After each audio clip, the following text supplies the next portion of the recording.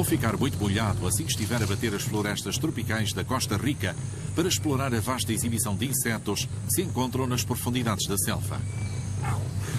As mais estranhas, as mais venenosas, as mais lentas e, claro, as mais pequenas criaturas do mundo estão escondidas aqui, nesta natureza verdejante. Do solo da floresta ao topo do dossel, este é o paraíso dos insetos. Mas esteja atento, pois existem mais criaturas escondidas entre as árvores do que insetos. Nem tudo acontece de dia na selva. Vamos atrair algumas criaturas noturnas sórdidas quando nos aventurarmos no exterior depois de anoitecer. Sou Jack Willers, estamos na selva, o lar de muitos dos insetos oriundos do inferno.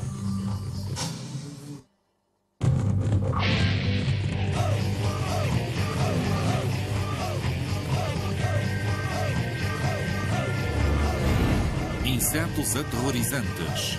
Selva.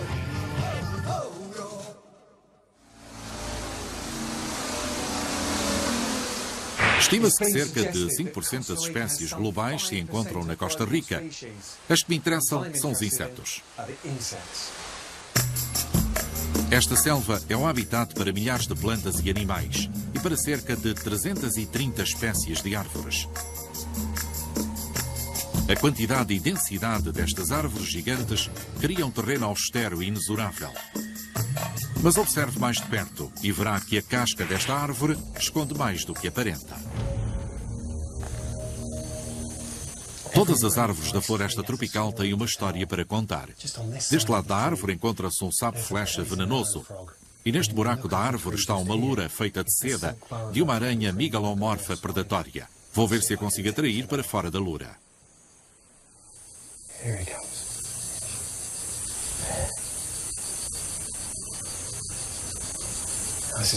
É uma fêmea.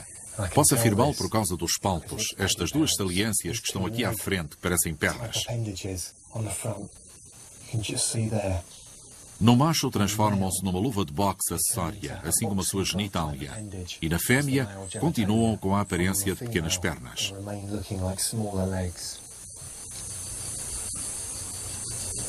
O pequeno sapo-flecha venenoso consegue comer qualquer inseto, incluindo formigas e térmitas.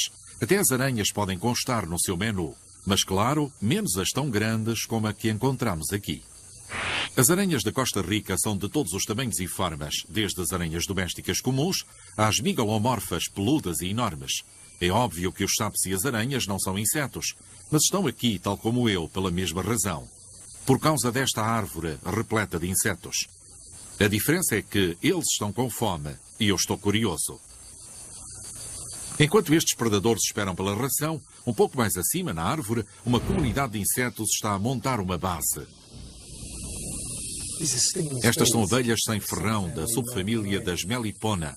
Alimentam-se de carne putrefacta e de excrementos. Levam o alimento para dentro da colmeia para alimentar o enxame.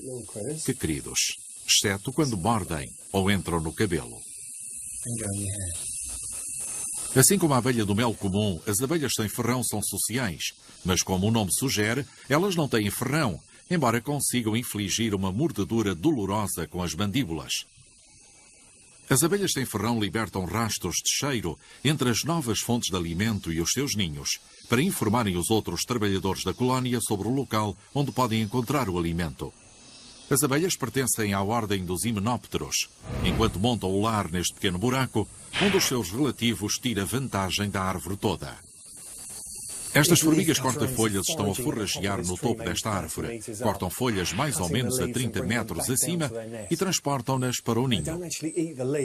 Na realidade não comem as folhas, trituram-nas, transformando-as numa polpa que colam com segregações anais e que deixam criar um fungo que cultivam para se alimentarem. As formigas corta-folhas pertencem à família do grupo gregário, que foram os primeiros animais a cultivar o seu próprio alimento. Existem muitas espécies de formigas corta-folhas e as colónias podem ser constituídas por milhões de indivíduos. Uma única colónia pode esfolhar uma árvore de 30 metros num só dia, o que não é muito confortante se forem suas vizinhas. As formigas obreiras cortam a folha com as mandíbulas afiadas, que vibram cerca de 1000 vezes por segundo. Estes pequenos pedaços de folha podem pesar 50 vezes mais do que a formiga, mas mesmo assim conseguem percorrer distâncias de 60 metros ou mais para levarem as colheitas aos ninhos. Isto pode ser comparado a um humano carregar cerca de 2 toneladas em 10 quilómetros. Estão a seguir uma pista de feromona, que é a razão pela qual seguem uma linha tão direita. Esta é basicamente uma linha de cheiro. O cheiro muda de colónia para colónia e é dado a conhecer às formigas assim que nascem. Está aqui um soldado a descer.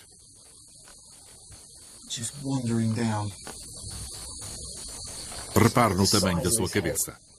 Como pode ver pelas mandíbulas, é capaz de infligir uma mordedura bastante desagradável. A cabeça e as mandíbulas são tão grandes que não o permitem alimentar-se sozinho. Por isso depende dos outros trabalhadores do ninho que colocam o fungo na boca.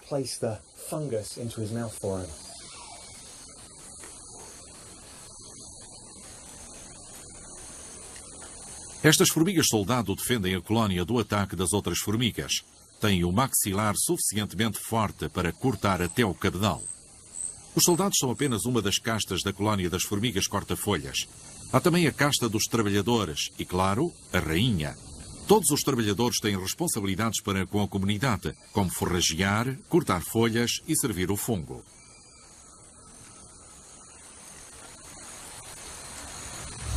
Aqui temos uma formiga corta-folhas fêmea. É a rainha. Está no solo à procura de um pequeno buraco para se enterrar e começar uma nova colónia. Como podemos ver, ela tem asas. Mas estas vão cair assim que estiver abrigada no solo e começar a pôr os seus ovos. Quando os seus rebentes estiverem suficientemente grandes para sair à procura de folhas, voltarão à superfície para cultivar um jardim de fungos, de onde começarão a alimentar-se. Mas isto só acontecerá se a rainha tiver armazenado gordura suficiente para chegar a este nível, que será o começo de uma nova colónia. Estas rainhas são a linha de descendência da colónia. Conseguem produzir mais de 150 milhões de formigas, cuja maior parte são trabalhadores. Depois da cópula, conseguem armazenar o esperma para usar durante toda a vida, que pode durar 15 anos, o que é raro nos insetos.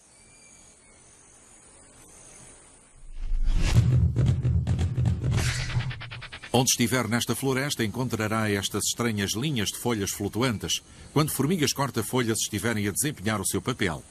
Parece um sistema de mini-autoestradas que percorre o solo da selva. Estas formigas têm pouco interesse por outras coisas senão cultivar.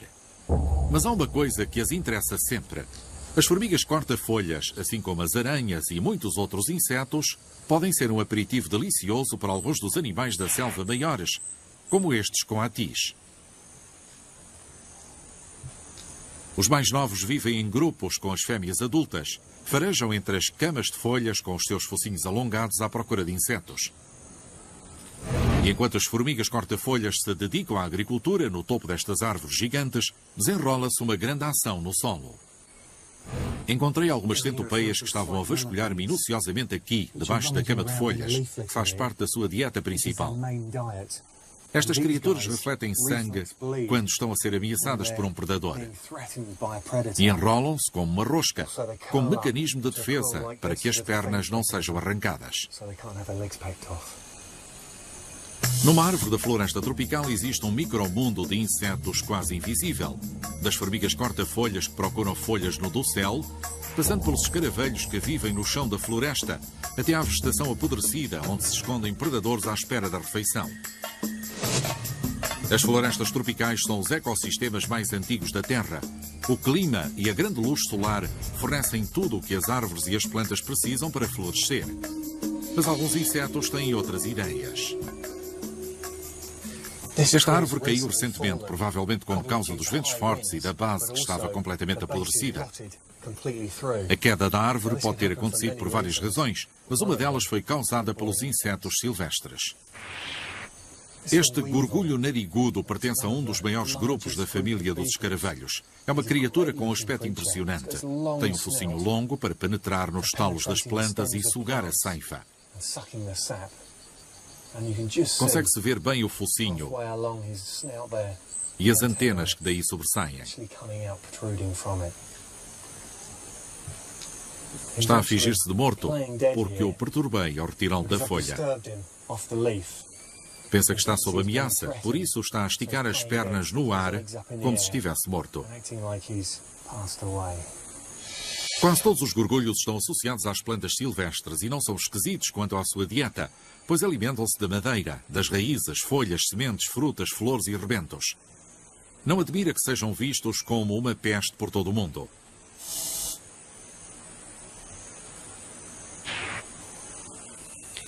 Quando a árvore caiu, arrastou consigo muitas plantas e criou este pequeno espaço. E isto permitiu com que se desenvolvessem duas novas fontes de alimento, a madeira morta para toda a vasta variedade de insetos silvestres e uma nova cama de arbustos para outros insetos, como os escaravelhos das folhas e as borboletas. Espantosamente, uma árvore caída e decadente consegue esconder tanto ou mais vida do que uma espécie viva e próspera. Esta pequena criatura gosta tanto das árvores apodrecidas que raramente se aventura fora da sua casa de madeira. Este é um escaravelho psálide, um parente próximo do escaravelho scarab. Como pode ver, é muito magro e longo, por morar debaixo da casca das árvores. São escaravelhos subsociais, ou seja, vivem com a família inteira e permanecem com as larvas até emergirem como escaravelhos. Consegue-se ver ali a sua antena, é muito semelhante à do besouro. Para comunicarem, esfregam os abdômenes ou cobrem as asas para produzirem sons.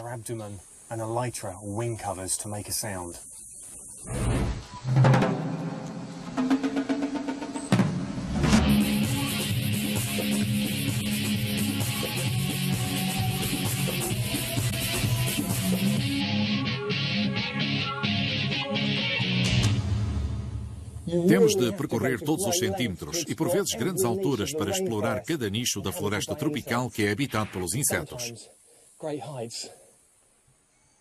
Certamente isto seria muito mais fácil para as formigas corta-folhas. As florestas tropicais ajudam a regular a temperatura global, o ciclo da água e absorvem o dióxido de carbono da atmosfera. Fornecem também uma fonte de alimento para os humanos, assim como para os animais que a habitam. Cerca de 80% dos ingredientes da dieta alimentar do mundo desenvolvido tiveram origem nas florestas tropicais. Há mais espécies de insetos do que todas as outras espécies de animais juntas. Estima-se que o número de insetos descritos seja 1 milhão, mas alguns entomólogos acreditam que este número seja tão alto como entre 10 a 30 milhões. Como é que chegaram a esta estimativa? Através do estudo do dossel das florestas tropicais. Das formigas às aranhas peludas, a variedade da vida artrópode numa única árvore da floresta tropical é espantosa. Mas os insetos não são os únicos a tirar proveito das vistas. A cobertura felpuda desta preguiça de 3 dedos abriga uma grande quantidade de gorgulhos, escaravelhos e borboletas. Existem até comunidades de traças parasitárias na profundidade do seu pelo. A preguiça é uma das criaturas mais lentas da Terra. Consegue passar 1 mês a digerir uma refeição. Já conhecemos algumas das criaturas estranhas e espantosas que passam o tempo a tirar vantagem de tudo o que a selva tem para lhes oferecer. Mas, e em relação aos rastejantes noturnos, os insetos e artrópodes que emergem depois do pôr do sol? Vou aventurar-me à noite para explorar um mundo dos insetos muito diferente. Na selva, nunca se está fora do alcance de algo rastejante. Este ambiente é um paraíso para os insetos. Acontece sempre alguma coisa. Dos escaravelhos que vasculham entre as camas de folhas, às formigas que percorrem até grandes alturas à procura de folhas. Quando o sol se põe, o turno da noite começa a ação. Vou aventurar-me à noite para encontrar algumas criaturas noturnas horripilantes e vou ao encontro de um homem que atribui nomes aos escaravelhos. Onde quer que esteja na floresta, estou cercado por insetos. Mesmo assim, seriam precisos séculos para poder segui-los um por um. Por isso, vou usar um destes e deixá-los vir ao meu encontro. O facto dos insetos se sentirem atraídos pela luz está a ser profundamente debatido, mas seja qual for a causa desta atração, a luz pode atraiçoar. E é um bom método para encontrarmos estes residentes noturnos da selva tropical. Este é um gafanhoto de corno longo, assim denominado pela antena muito longa de cerca de 20 centímetros de comprimento. Esta espécie espantosa é noturna, por isso pode usar esta antena para sentir os arredores no escuro e sentir o que se está a passar à sua volta.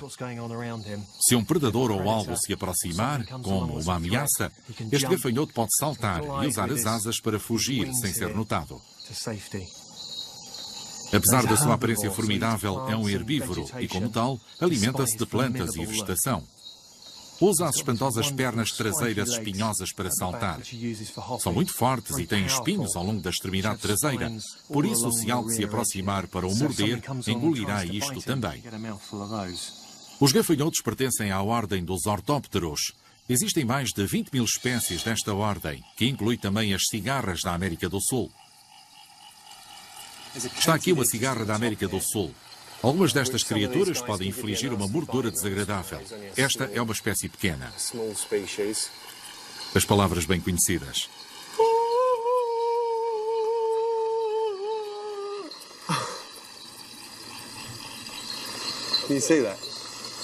Está a tentar infligir-me uma mordedura infernal.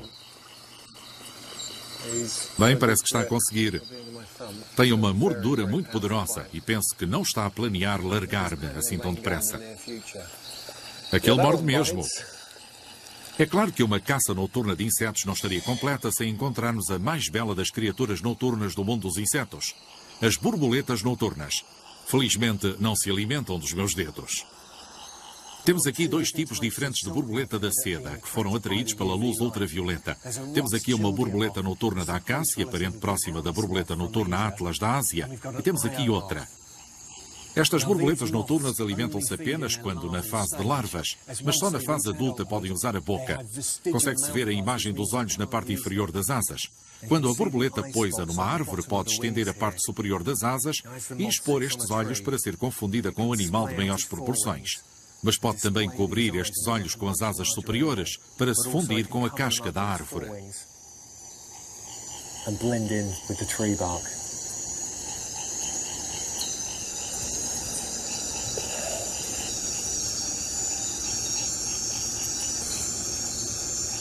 A borboleta noturna da acácia tem 4 painéis transparentes nas asas.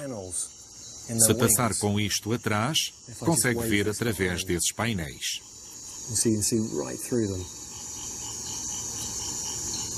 Quando uma borboleta noturna está camuflada nas folhas, os pássaros confundem os painéis transparentes com os olhos brilhantes de um animal muito maior e não a atacam. Podem ser pequenos, mas não se deixem enganar pelo seu tamanho. Os insetos podem carregar uma defesa poderosa. Esta mosca Corydalis fêmea é uma parente próxima da Chrysoperla carneia. As suas larvas são aquáticas e é capaz de infligir uma mordedura desagradável. Os machos têm as mandíbulas maiores, com cerca de 2 centímetros de comprimento, mas apesar de serem tão longas, não são tão poderosas como as das fêmeas.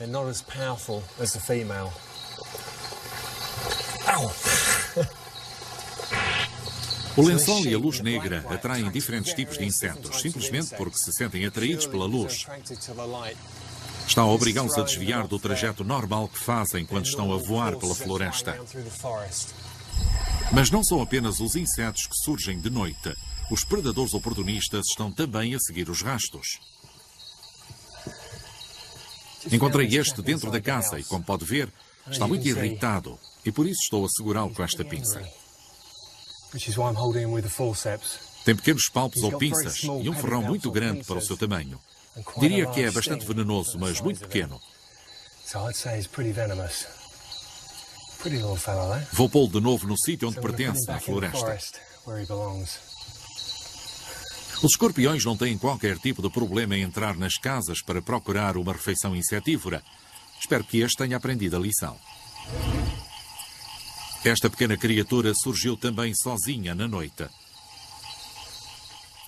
É um pirilampo, que na verdade é um escaravelho. Este faz uma reação química na parte extrema do abdômen que cria uma luz química que é tão fria que não produz calor.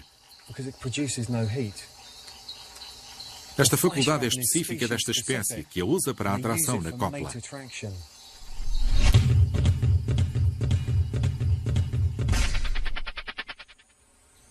Uma em cada 4 espécies terrestres são escaravelhos.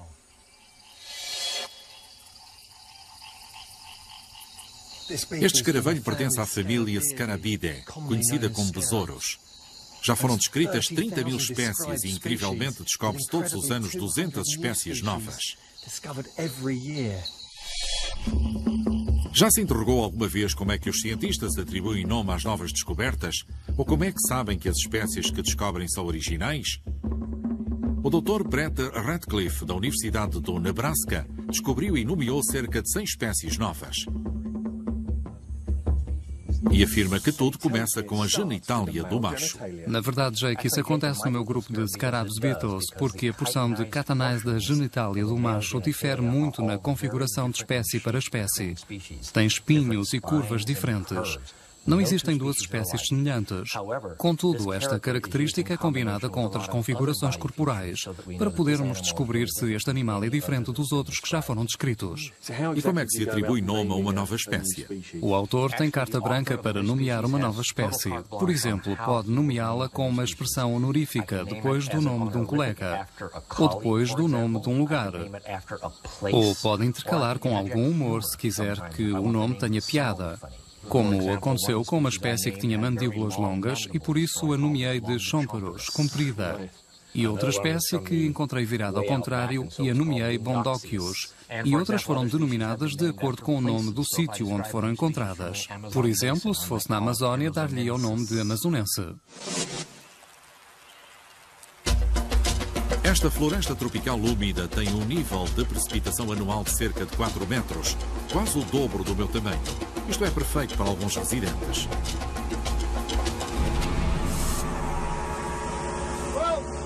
Merece o nome que tem.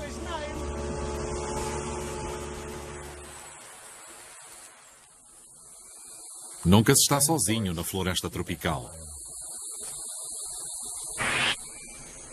Esta criatura de aparência espantosa é uma jiquitirana-boia, parente próximo da cigarra.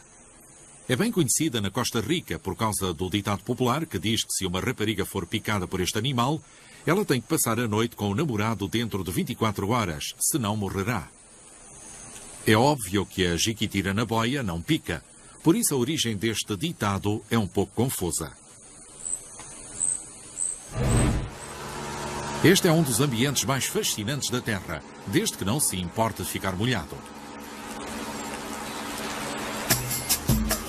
Os insetos são tão importantes para o ecossistema da selva como as chuvas constantes. Fornecem um mini serviço de manutenção da floresta através da polinização, da composição dos desperdícios, e são uma fonte de alimento para todas as criaturas que estão aqui, incluindo nós próprios. A floresta tropical úmida é o ecossistema mais antigo e diversificado do mundo. Mas não é apenas a selva que é constituída por árvores. Por isso, da próxima vez que estiver sentado num pedaço de tronco a descansar, observe mais de perto e verá que está a partilhar o seu espaço com mais do que imaginava.